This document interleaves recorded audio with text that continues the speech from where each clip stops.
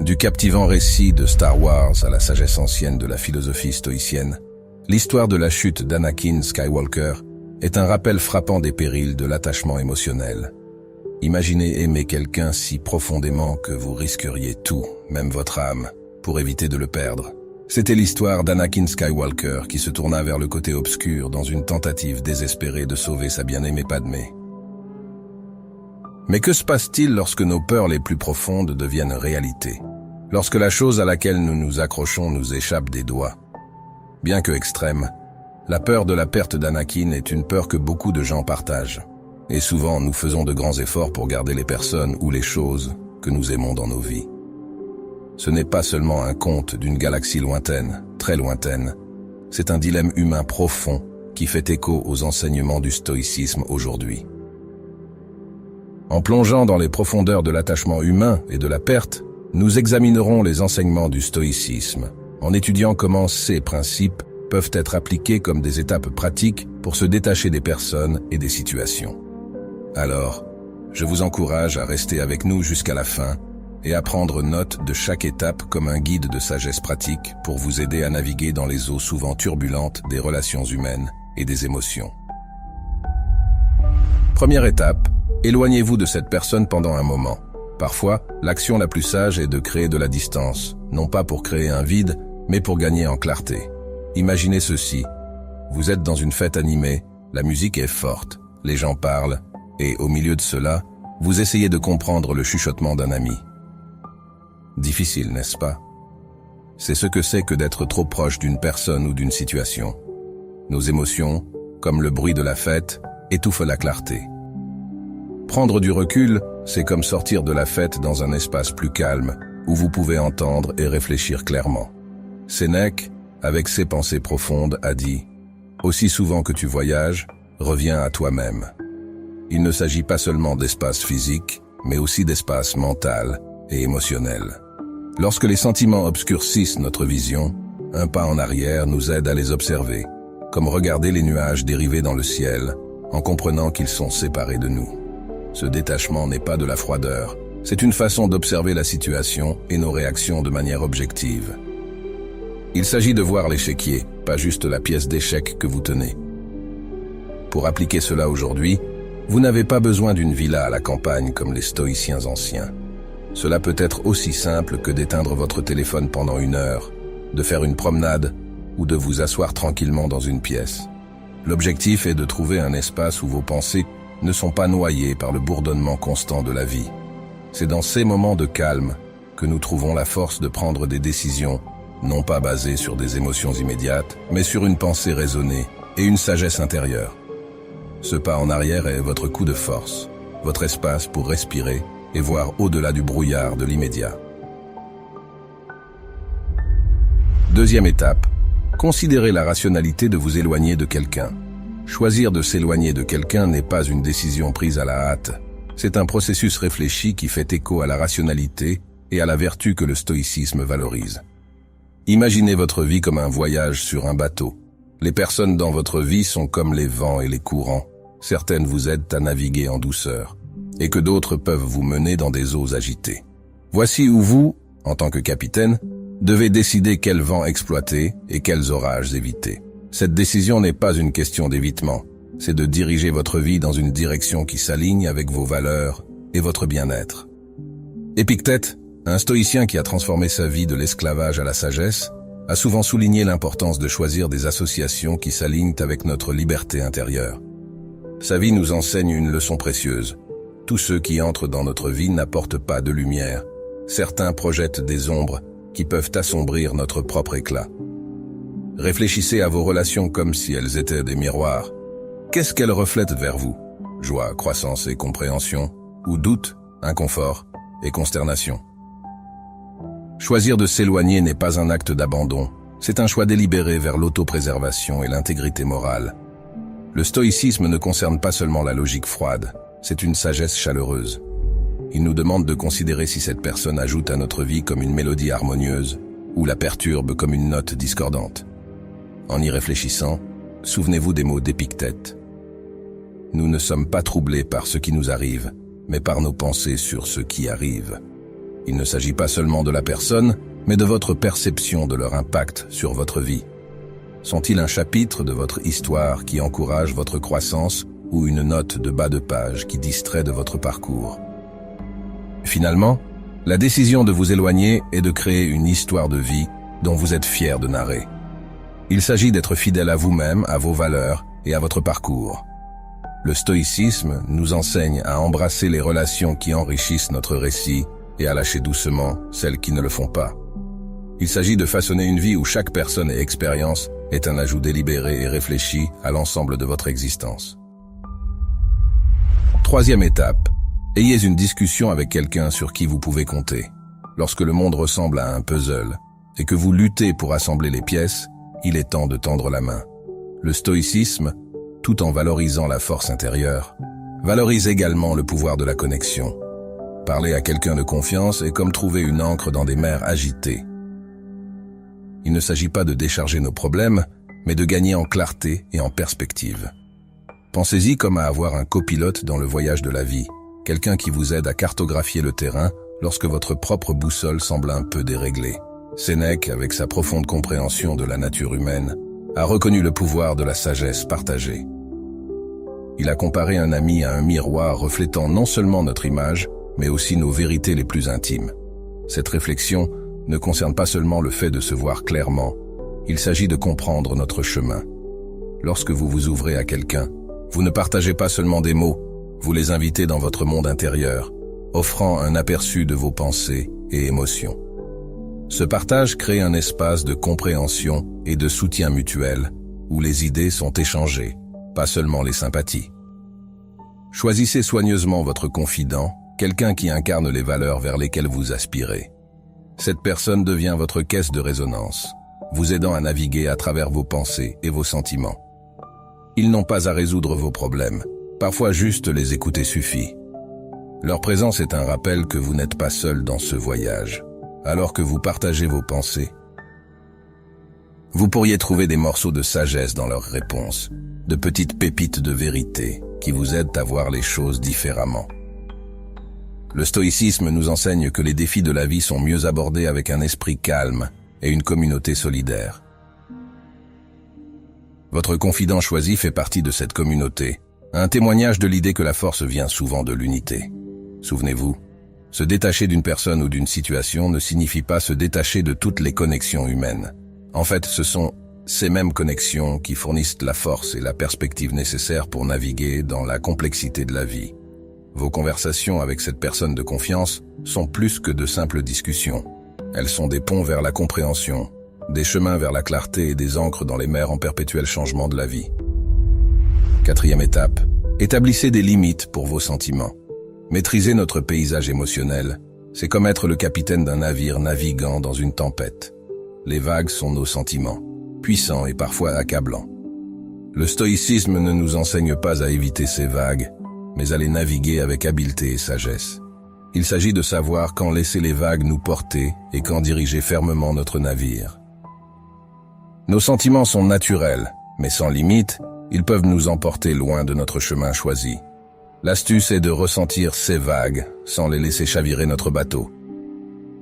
Épictète, avec sa profonde compréhension de l'âme humaine, nous rappelle que nous ne sommes pas troublés par les choses, mais par la vue que nous en avons. Cette perspective est essentielle pour établir des limites émotionnelles. C'est comme avoir un gardien dans notre esprit, celui qui reconnaît chaque visiteur, c'est-à-dire nos sentiments, mais ne laisse pas chacun d'eux prendre le contrôle de la maison, qui est notre paix intérieure. Cinquième étape, considérez attentivement les conséquences potentielles de vous éloigner. Lorsque vous vous trouvez à la croisée des chemins du détachement, prenez un moment pour regarder chaque chemin. Le stoïcisme n'est pas question de décision impulsive, c'est une réflexion approfondie. Imaginez chaque route comme un futur possible, chaque tournant un résultat différent. Que réserve le chemin de l'éloignement? Apportera-t-il la paix, la croissance et un sens plus fort de soi, ou laissera-t-il un sillage de regrets et d'opportunités manquées? Cette prévoyance n'est pas question de prédire l'avenir avec certitude, mais de s'y préparer avec sagesse. Marc Aurèle, un homme qui a équilibré le poids d'un empire, a un jour réfléchi. Regardez en arrière le passé, avec ces empires changeants qui se sont élevés et tombés, et vous pouvez aussi prévoir l'avenir.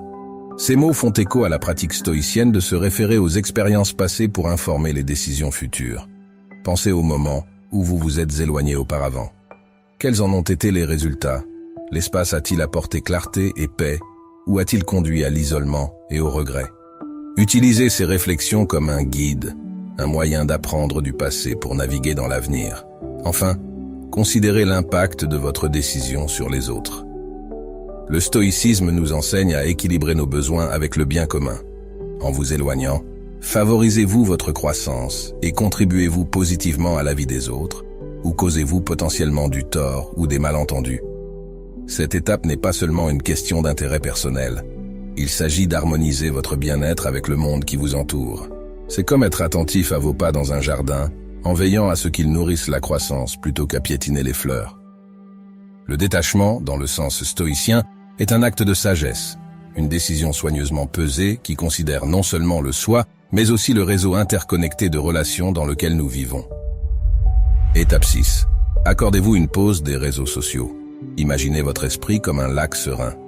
Maintenant, imaginez les réseaux sociaux comme des gouttes de pluie perturbant constamment sa surface calme. Ces gouttes sont les mises à jour, notifications et comparaisons incessantes qui infiltrent notre paix.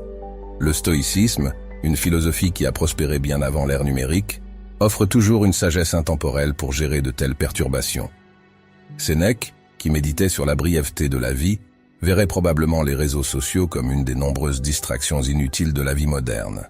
Il a judicieusement noté « La vie est longue si vous savez comment l'utiliser ». Cette étape de détachement est donc de reprendre notre temps et notre attention, de choisir où concentrer notre précieuse énergie. Dans le monde des réseaux sociaux, notre attention est la marchandise que tout le monde veut. En faisant un pas en arrière, nous évitons non seulement un déluge numérique, mais nous donnons aussi à notre esprit l'espace pour respirer, penser, être. C'est comme fermer les rideaux sur une rue animée à l'extérieur de votre fenêtre. Le bruit, l'agitation, le mouvement constant, tout est toujours là, mais pour un moment, ce n'est pas votre préoccupation. Vous êtes dans votre pièce tranquille, avec de l'espace pour réfléchir, comprendre, grandir. Cette pause des réseaux sociaux n'est pas une évasion, mais un exercice d'auto-soin. Il s'agit de discerner ce qui nous enrichit et ce qui nous épuise. En prenant cette pause, observez le changement dans votre paysage mental. Vous sentez-vous plus calme, plus présent, plus conscient de vos propres pensées et sentiments. Cette prise de conscience est au cœur du stoïcisme.